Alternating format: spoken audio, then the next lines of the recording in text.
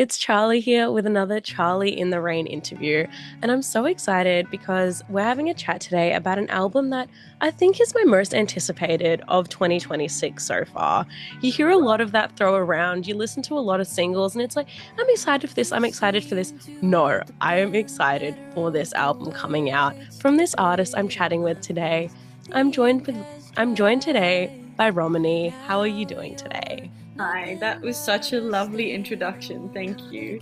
I'm very well, thank you. How are you? I'm doing so well. And I meant what I said. I have genuinely, oh, we'll get into it. We're going to be chatting about this album a bit because I'm like fanning out over here. I'm so obsessed. But yes, Oh, if anyone's tuned in and they have no idea what we're talking about your sophomore album, which is coming out so shortly, called It's Not That Funny. Comes out on mm. 20th of February. I'm counting the days. I cannot wait. But yeah, can you start us off by telling us a little bit about this title? Because it's not that funny. It's such an effective hook. There's so much like curiosity and intrigue that opens up in the listener when they just hear that title. Can you tell us a bit about how this title prefaces the album? Yeah, it's actually from a conversation with my therapist. I'm quite an anxious person, and I think I joke about a lot of things that I shouldn't be joking about when it comes to things that I've lived through, I guess. And I think, yeah, um, I think I was masking a lot of like sad feelings, and yeah, I think a lot of the songs on the album are quite sad and dark. So I felt like I had to counter it with a title, and then it's not that funny. I think just encompasses everything that this album is about. And it's like I am quite like a fun person, so I didn't want people to think that I was just like this sad sack. So yeah, I think I'm proud of like the title of the album, and I'm also just proud of the songs in itself, which feels nice to say. Like I don't think I've ever been proud of myself or like not being able to express it, and like it's about a healing journey, and yeah, that's it feels good to say it. Yeah, absolutely. I feel like with a title like that, I'm immediately drawn. I'm like, what's not that funny? Is this going to be like a compilation of like really bad dad jokes? And then you press Oh my play. god, that's gonna be the next one. Oh, I love it. That's kind of what was going through my head. I'm like, okay, we're going to have like, it's going to be a comedy thing. It's going to be a whole skit. No, you press play and you're just sucked into this like this world. You've got such gorgeous songwriting. I'm so obsessed. I've been in such like a reading grind lately. And when I press play on these songs, I'm like, it's like this beautiful poetry that's just been lifted. And it's just like, it cuts in such a gorgeous way. And in things you've said about this album, you're really talking about the lyrical journey and what you're writing about in these songs. It's like a lot of imperfections are what you're seeking out. In a Yeah. world that's so like, you've got to be shiny, you've got to put your best self forward, you're delving into the parts that people are hiding and sweeping under the rug. How does it feel to be jumping in and writing and creating stories around these feelings that other people shy away from?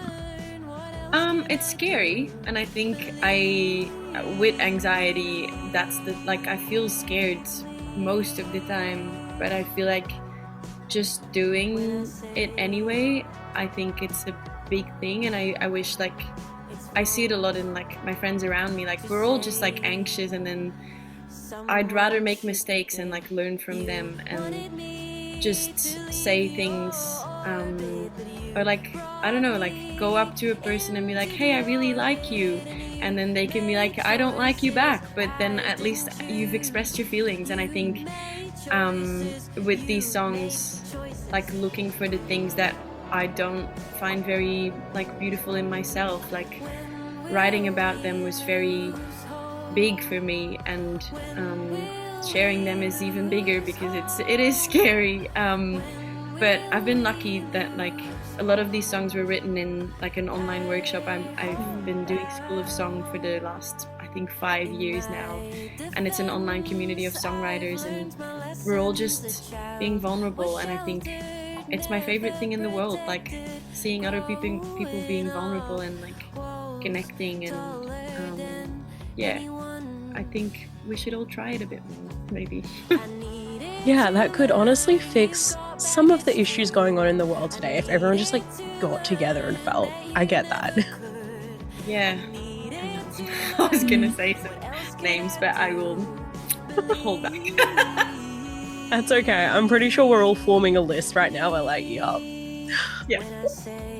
Yeah. There's one of the lines that really sticks with me on this album is in Uh-Oh, the Nothing Goes to Plan. That's Yeah. one of the early singles that I've been playing a lot. And I'm kind of just like, yeah, actually I needed to hear all these feelings put into a song. I needed this like it's a reassurance, you know? Like maybe to you as the person who wrote these songs, it doesn't feel like such, but as a listener, I'm like, wow, I'm not alone in this. Like there are other people. This is a very normalized feeling. So I want to like first off thank you for like normalizing these sorts of feelings in these songs. But I'd also like to talk about the lyrics a bit more. As I mentioned before, I'm such a lyrics person. These lines, like these lines you're putting in these songs, they're sticking with your listeners, or at least they're sticking with me. Another one of them was when will we lose hope? The child was sheltered, never protected. Wow, okay, that has like stuck with me since. I've written it down on like 3 different sticky notes because I'm like, this needs to like, there is a lot I need to unpack with these, and like a lot that I want to sit down and like create art from these sorts of lyrics. I'm obsessed with your songwriting. I'm just going to nerd out about that forever. But I'd love to ask, do you have any particular favorite lyrics you've written for this album or favorite phrases that have come together on these songs? That's a good question. I think the child was sheltered, never protected is definitely, that was a hard song for me to write. But I think with that line, I felt like I just had to write that. There's, I think the Power Up play, like the ending track, for me felt really special. Just because that wasn't meant to be on the album, that wasn't meant to be heard, but I got so sad about all the misogyny that was going on in Australia and like women getting killed, but in the hands of men or people in power. And I think,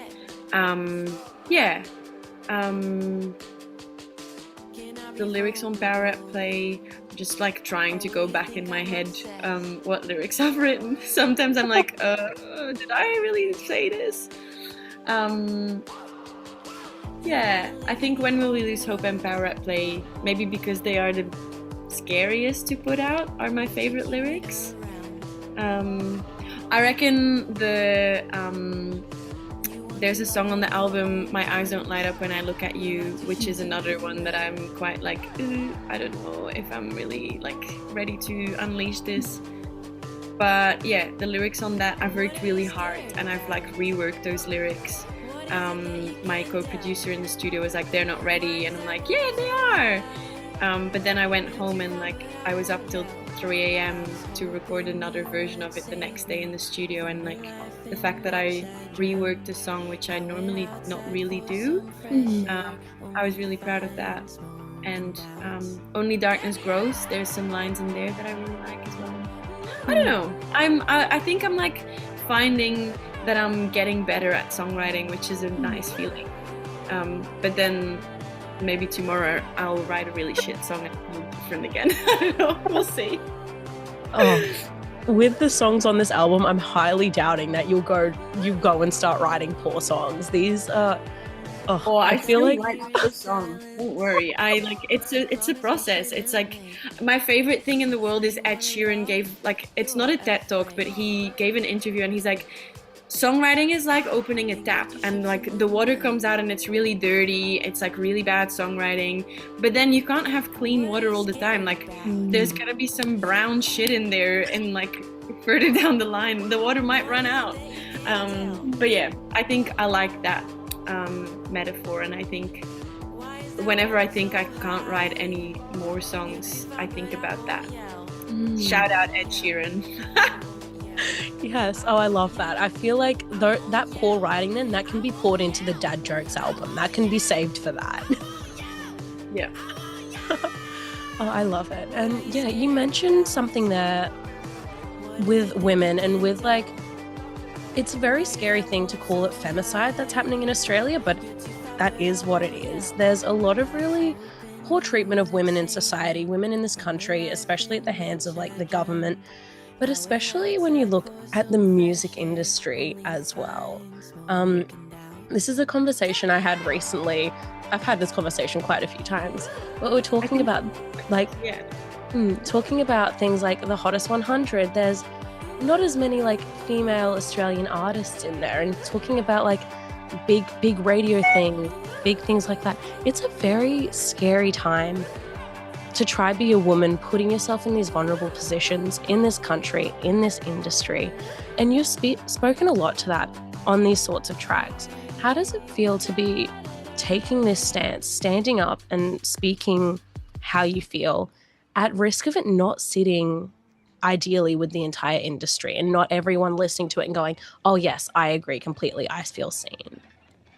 I think as an artist, it's important that we speak our truth. And I think for me, that's the truth. I've had several times where I have played a gig and I've been explained how a microphone works or how to sing into a mic, or when I ask for reverb, the hand of the sound engineer just doesn't move. And I'm just like, I feel as a woman sometimes like I'm stupid, and it's like I can only sing from my perspective, but I do want to speak out for people that are in a minority, and I will not shut up about trans rights, and I will not shut up about indigenous rights, because those people also are not heard enough. And I think, yeah, I think I've mentioned this before in like other interviews, but I think it's our duty to just give a voice to people who don't have a voice. And yeah, even if that means my song won't get played on the radio, then I think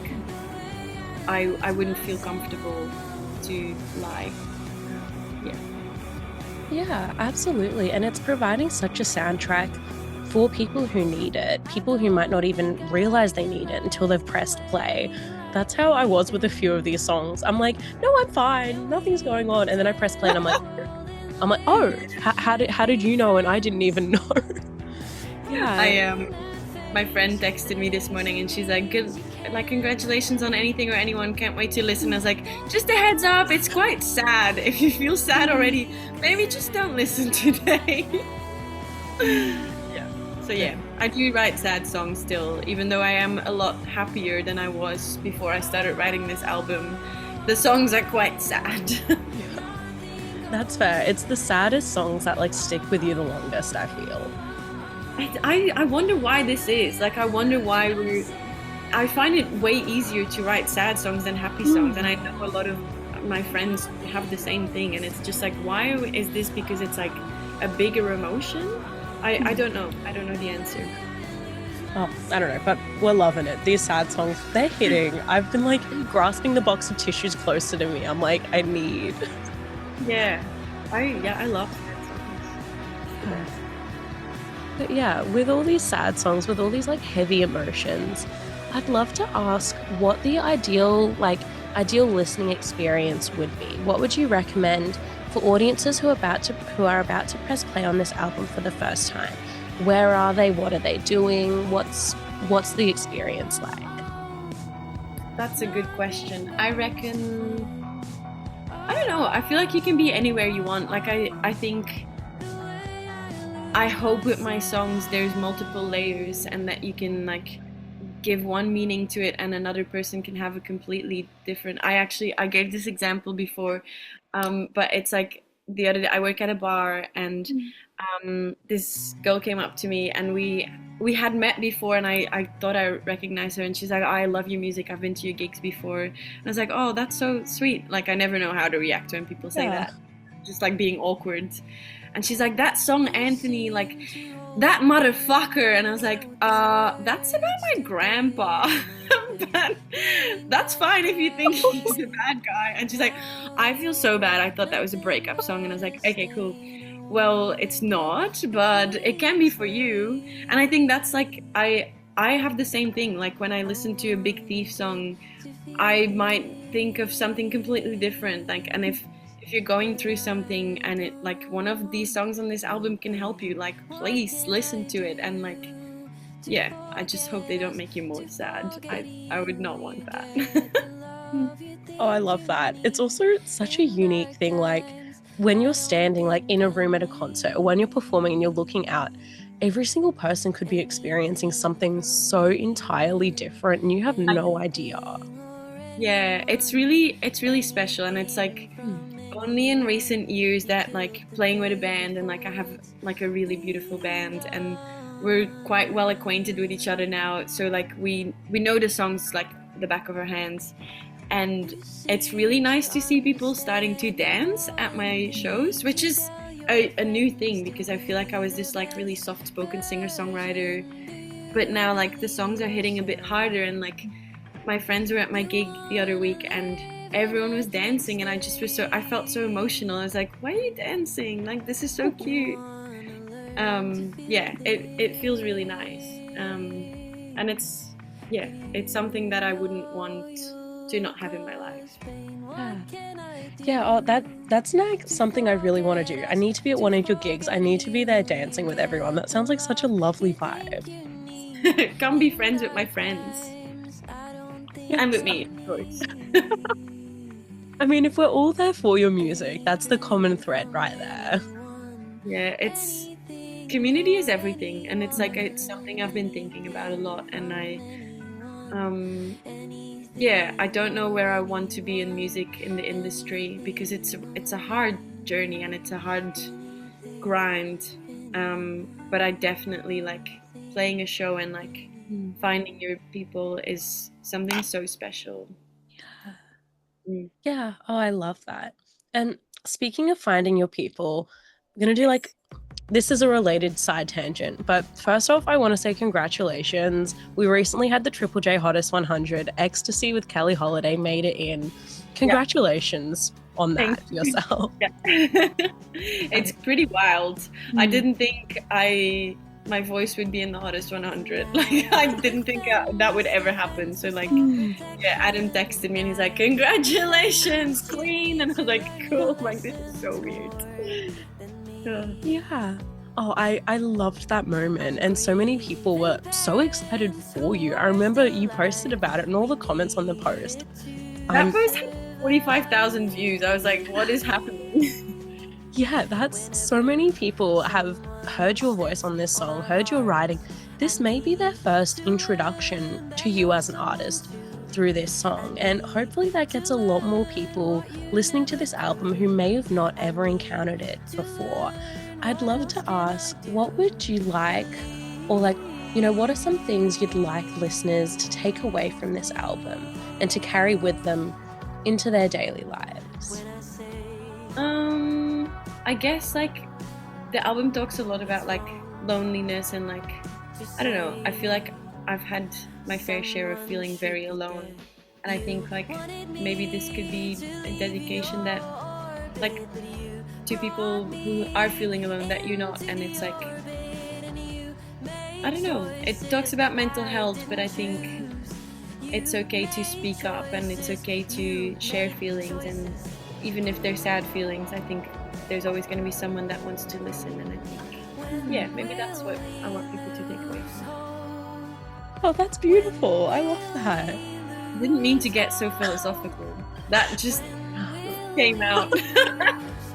No, I feel like that's a really beautiful thing to take away, because some of these songs are heavy. I know my favorite songs are like the very heavy ones where it's like you stop and it's like, I need to get a glass of water. I just need to sit and process for a bit. So that's a really beautiful thing to be taking away from that emotional experience. Cool. Yeah, cool. We'll stick with that then. Yes, and with the release of this album, I'd love to also ask, how can your fans and listeners best support you, best like get the word out about this album, best show you the love you deserve for releasing this beautiful piece of work? Well, I had this silly dream that I really want to prove to the industry that I can do this post 30 on my own. So if you want to get a $2 digital download or a vinyl, that would be crazy, especially in the week of release or everything before release. That would be great. But also just, I don't know, listen and share it around and bring a friend to a gig, and I don't know, just listen to local music and support each other, and yeah, buy merch. I've got some crazy joke shirts, which is weird. Yeah, Yeah, no, I I guess. love there's so many ways where it's like it's so easy to get out there and support. It's so easy to press buy on the $2 digital download, send that link to a few people who you think will benefit from hearing the album and would enjoy the stories. Like, get around it. I love that. Yeah, but also everyone's struggling at the moment. I find it really hard to promote myself, and I find it I'm struggling. Like $2 is a lot. Like it's half a coffee. I mean, I shouldn't be buying takeaway coffee anymore. I feel very hypocritical saying this. Yeah, I think just showing up and like listening to new music. I have a lot of friends this year who tried and like listened to 200 albums. I think that's such a beautiful thing. Like listen in full, listen from the album, like because people put so much effort into making an album and listening front to back. I think that's a beautiful thing. The way an artist intends for you to hear it, and yeah, that if someone can do that for me, that I think that would mean a lot. Yeah, absolutely. I feel like the listening to the full album, like front to back, is such a thing that's lost. Like in the the algorithm age, everyone's like listening to snippets of songs or just listening to the one track they know from TikTok, and it's like these artists have put so much time, effort, money into the full package. Yeah. Yeah, money and effort, and like just you really pour your heart and soul into it. Well, I did. Blood, sweat, and tears. Lots of tears. But yeah, I think, and it's something that I need to do more often as well. Like I think like even saying this out loud, I'm like, I actually like just thought of like 3 albums that I really wanted to listen to in the last month, and I think yeah, maybe after this I'll go sit down and do that. But where my mouth is. Yeah, absolutely. Like that's been a big thing I've been focusing on this year. I loved I loved Spotify Wrapped, how it like provides you the details. But I left Spotify like halfway through last year, and I'm like, oh, I miss like having oh, you've listened to this much, oh, you've done that much. And I'm really into CDs. So I've been like, I wrote out the names of every CD I own, and I'm tracking, like doing a tally mark each time I listen to it front to back. And it's like this much like intentional listening and like intentionally engaging with the music. I don't know if I'm like, maybe it's a bit like up myself to say like, oh, I feel like I'm like engaging with it better. But it's like, it's such a thing where I'm like, I'm actually purposefully like listening to it. I'm pulling it out. I'm reading the credits. I'm like, it's such a thing that I think is lost. I think more people need to get into this. More people need to do this. And it actually means like even you saying this to me, like that means so much. And like you listening to lyrics or like you, I don't know, it's a really important thing, and it's really special. And I think, yeah, you get a lot out of it as well. I think I get a lot out of like reading credits and like, I don't know, watching a YouTube video on or watching Rage. Yeah, it's really nice. Yeah, I really also been into like scrapbooking this year, and I'm doing like song lyrics. When I hear a song lyric that's so good, I'm writing it in my notes app. I'm like, I'm gonna turn this into a scrapbooking page. And someone said to me like, oh, when you like make a scrapbook page of the lyric, are you telling the artist? Like, are you showing them? And I'm like, no, but I should. I'm like, I should tell people that their lyrics meant that much. That's very sweet. You should definitely do that. And that's so like 2000s of you. That's great. Oh, my entire like self, everything I do is just like, it's a tribute to my 13, 14-year-old self. It's a gift for me back then. So yeah. I feel like I want to get back to that. Unfortunately, like capitalism and having to work jobs. Yeah. sometimes holds me back from those things. Yeah. But That's okay. 2026 is the year for like whimsy and getting in touch with that creative self that's been lost. I'm calling it. Yeah, we need to live, but like get it's not as offline. fun. Yeah, I think I read an article that it's like everything analog and like not on a computer is going to be the trend of 2026, which I think I like. Yeah. Get me in nature. Yeah, absolutely. That's fully my thing. I've been reading books and listening to CDs, but I'm talking to you right now with a computer and then a phone and then a mic. Like it's such a contradiction. Existing is such a contradiction. I think it can coexist. I hope. Yeah. Well, we'll just have to find the balance, which I think with music I want to find that balance, and I want to fix my relationship to it as well, and not like be online 24/7, because I feel like I've become these two people. Like when I'm in relief mode, I'm not writing, and when I'm writing, I'm not online. And it's like I want to find this balance of like, yes, I want to be present, but I want to be online, because you kind of have to. Yeah, I don't know the answers. If anyone knows, shoot me an email. No hate email though. I can only receive good emails from now on. I received my first hate email the other day. Not good. No. Are you all right? Was it a scathing one, or was it just one that you're like, this is a silly thing, this is an ignorant It was person? very bad, but it was very funny. It came from the devil. Want me to read it for you, actually? If you're comfortable, that's such a crazy thing. Okay, this is great. It's actually my pride and joy now. I feel like I've become famous by having this email. There's some like quote somewhere. It's like all great artists have faced like immense criticism or something. And I think about that whenever I see like something rude on the internet. I'm like, don't worry. It's nothing personal. It's part of my like reflection as an artist. I can't find it. Oh my god. No. I accidentally deleted it. Wait, I posted it on Instagram. I can find it. Oh my god. This is a very big side quest. Okay, we're there. So it came from the devil. The subject line is "Give it up," and then the body is, "If you're going to copy other artists so obviously, wet leg for example, then you have no future. You look dirty as well. Take a shower. Oh, and make sure you have a backup career. You're gonna need it. Something not in the arts, so copying people doesn't matter. The devil. Sent from Proton Mail for iOS." That's the funniest last detail. I live with two software engineers, and I really hope that they could track IP addresses, but they said they can't. So we'll never know who the devil is. But yeah, I think it's a man. It sounds like a man. Like, I didn't want to say it, but it sounds like a man. Anyway, yeah. Well, I did have a shower, so that's good. There you go. I hope the devil is happy with that. Showered especially for this interview.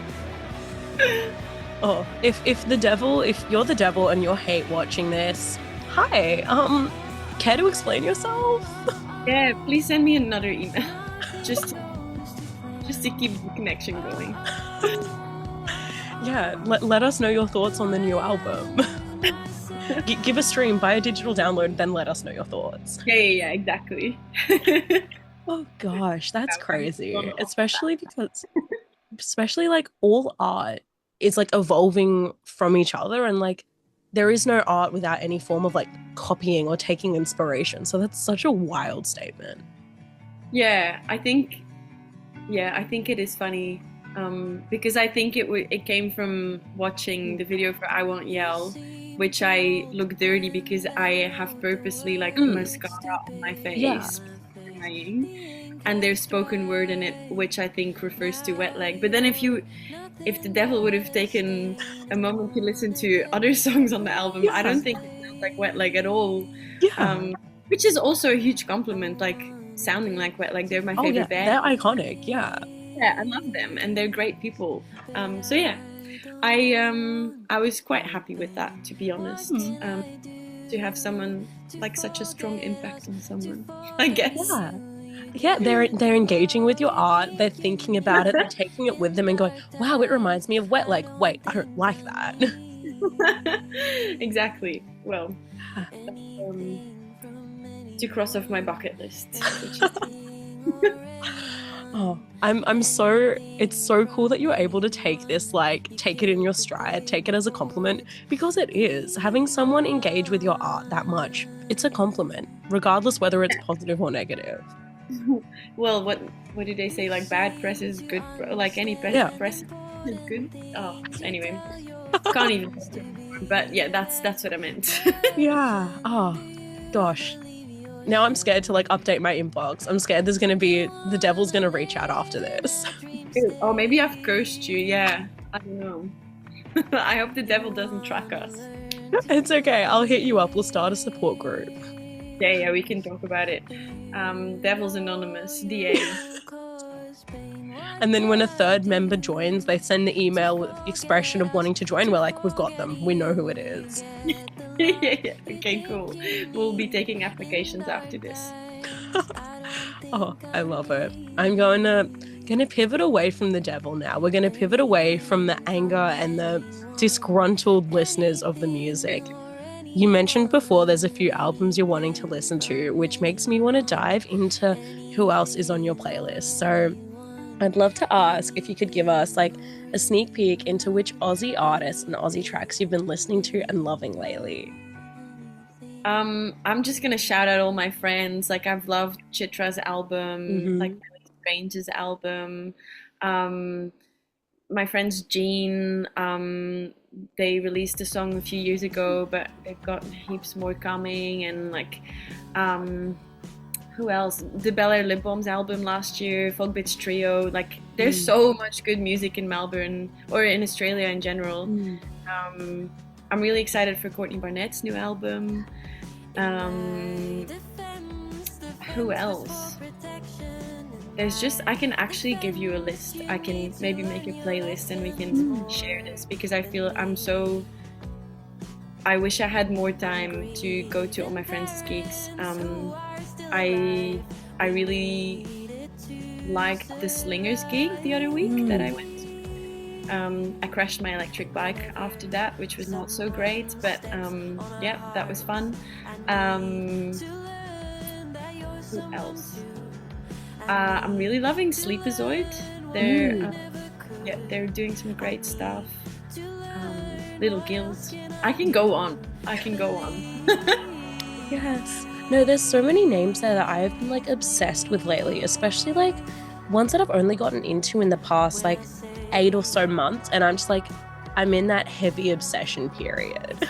Yeah, that's great. I love that feeling. I just like, I also, do you have this where you like just only listen to the first 5 things on your liked song? I'm one of those people who don't make playlists, and then just like listen to my liked songs. So if it's on shuffle, it can be real bad. But then I usually will listen to the first 5. So maybe I can have a look if there's any cool Aussie artists in there. Yeah, I did that.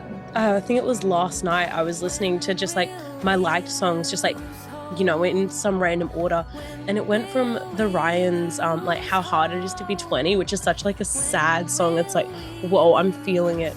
And then it was Kat and Calmel's like a version of Forever by the Veronicas, and I was like, what's going on? This is such a pivot. Yes. Yeah, I've been obsessed with, like, if we can talk about international artists, like Rosia's album Lux was just like it for me last year. My Spotify is not even working. I need to get off Spotify as well. Just putting it out there for myself, putting a reminder. Yeah, Wolf Alice is a huge inspiration for me as well, and Dry Cleaning's new album. Who else is on there? Aldous Harding, Adrian Lenker, Cameron Winter, of course. Everyone's obsessed with Cameron Winter. Floodlights, I love Floodlights. Anyway, I'll stop now because I feel like this is just going to be an hour of me talking about music, which we can also do. No, I love that. And especially, you mentioned Chitra's album at the start there. I this morning just had Big Shot on repeat. Like Love her. I was like, I'm gonna do some cleaning. I've got my cat here. I just put Big Shot on repeat, and I was like, yeah, this is my song of the day. Yeah, yeah, I love Big Shot. I think it's my favorite Chitra song. But yeah, the whole Mm. album's great. I think Autumn off that album was one of my top songs of last year. That was just very my 2025 feeling. Yeah, I can see that for you. That's good. Yes. Oh, I'm so excited to actually like sit down and make a playlist now of all those artists you just mentioned and just like kind of side by side that with the album. I love hearing like who artists are listening to and then comparing that to what music they're making. I'm excited to do that for you. Yeah, I think it's also really funny because I wrote most of the songs in School of Song with Mm. like workshops by artists that I really like. Some of the songs came from the Adrian Lenker course, but Mm. some songs came from the Brian Eno course, and it's like those are two different artists, but they both encompass something that is like truth telling. And I think for me, that's maybe the trajectory of the whole album, like Mm. being true to my feelings and being true to who I am as a person. But the sounds are all different, and I think Mm. that's maybe what I want to achieve as an artist. Like, I don't have to sound the same always. Yeah. Yeah. Yeah, it's that gorgeous kind of like it's not really fluidity, but it's like the songs can then appeal to different moments in the listeners' lives and like different moments in the live set. Oh, I love it. I'm so Yeah. obsessed with that. Yeah. I think it's a nice way to be, and it's like I don't want to box myself in because I might want to make a techno album next year. Well, I don't know if I would be able to do that very well, but maybe one day. Okay, I'm excited for this. I'm excited for the potential techno album. Oh God, I have said something now. I don't know if I've like weaseled my way into the techno industry, but who knows? Who knows? Yeah. I love that fluidity, but right now we're gonna stay a bit before the techno with It's Not That Funny. I can't wait for this album to be out. I can't wait to hear everyone's like, everyone else's thoughts and reflections and their favorite songs. Oh, it's such a gorgeous album. Thank you so much for putting this together. Thank you. Thank you for saying that. I don't know what the impact of this album is gonna have because I just wrote it and it's like for the longest time I was like, oh, I don't know if this is anything. I don't know if this is good or if it's bad because it's just me. And it's like I don't yeah. So yeah, I'm glad it's at least affected one person. That's good. Yeah, oh, it's one of those albums. It reminds me a bit of Murpie's Milk Pool, which came out last year. Not like, oh, the albums are similar, but the effect it's having on me, it's like this was made for me at this exact time in my life. I don't know, it's something with these sorts of albums where I'm like, it's so personal to me right now. Thank you for saying that. I love Ree's music, and I think Milk was a really, strong album. So yeah. Oh, it changed my fabric of thinking. I'm obsessed with it. Right. I'm sure Ree will love that. Yes. Oh, well, it was so lovely to chat about the album today. Thank you so much for making the time to chat. Thank you for asking such real questions. I'm sorry for all the tangents and the performance of my hate email.